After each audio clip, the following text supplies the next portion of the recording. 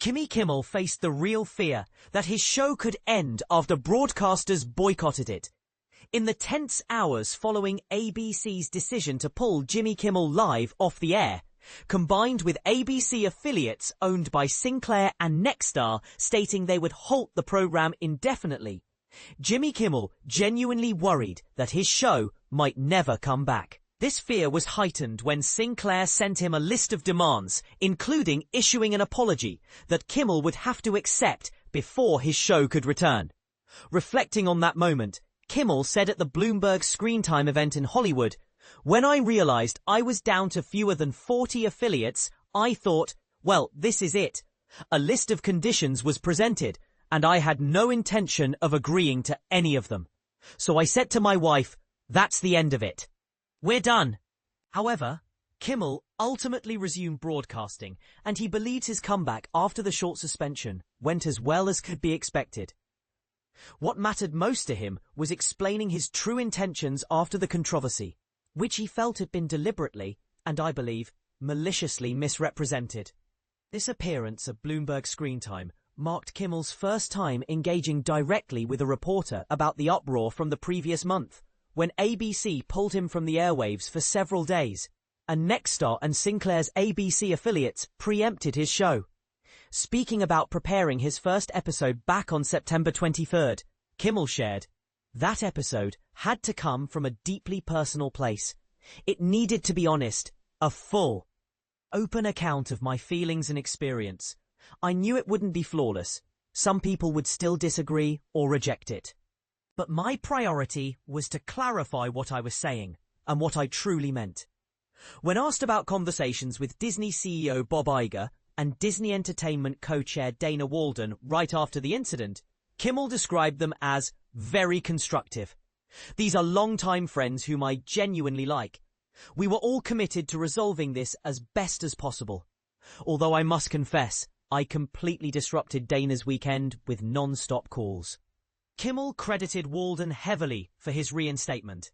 "I don't think the outcome, which turned out quite positive, would have been the same without the many discussions I had with Dana. Those talks helped me process everything and understand all perspectives. I can be impulsive and sometimes harsh, but having those few days to reflect was invaluable." Pressed on his preference for Disney's next CEO, Kimmel declined to pick favorites, but expressed strong admiration for Walden, recognizing her leadership and support during this crisis. He also condemned how unfairly Disney executives were treated over the previous weeks, calling it insane, and hoping this incident serves as a clear red line for what we as Americans will tolerate going forward. The controversy started when Kimmel was taken off the air for 3 nights by ABC, following threats from Brendan Carr, FCC chairman, who targeted the network over Kimmel's monologue remarks. Carr reacted angrily after Kimmel criticized right-wing efforts to distance themselves from the murderer of Charlie Kirk, accusing them of politicizing the tragedy. Specifically, Carr threatened to investigate ABC affiliates unless Kimmel was removed from the air, implying FCC license revocation. Asked when he first sensed trouble, Kimmel admitted, "At first I didn't see it as a major issue.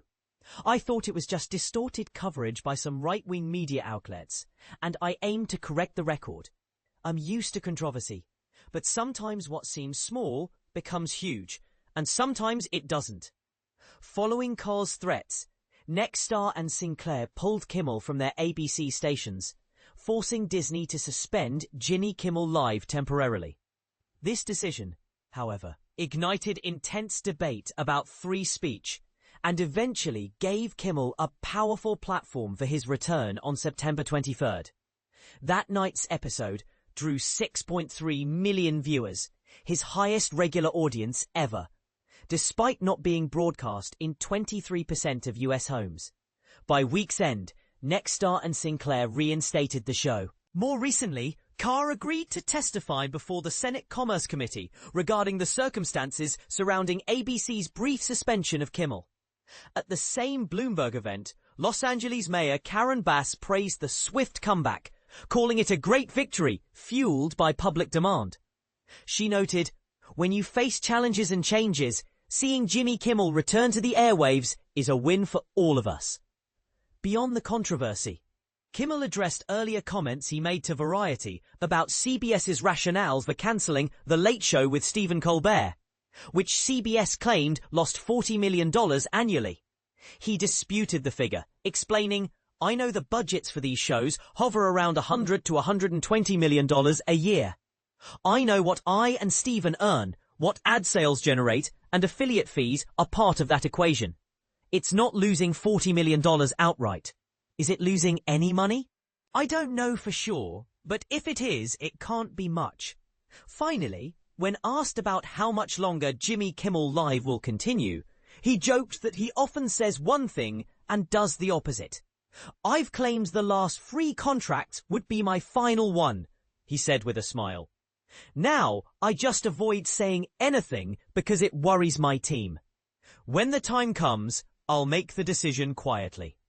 But here's the part most people miss. Should a network or political pressure group ever have the power to silence a late-night host? Or is Kimmel's experience a sign of a much larger struggle over free expression in media?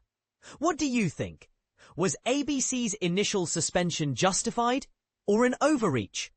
Join the conversation and share your thoughts below.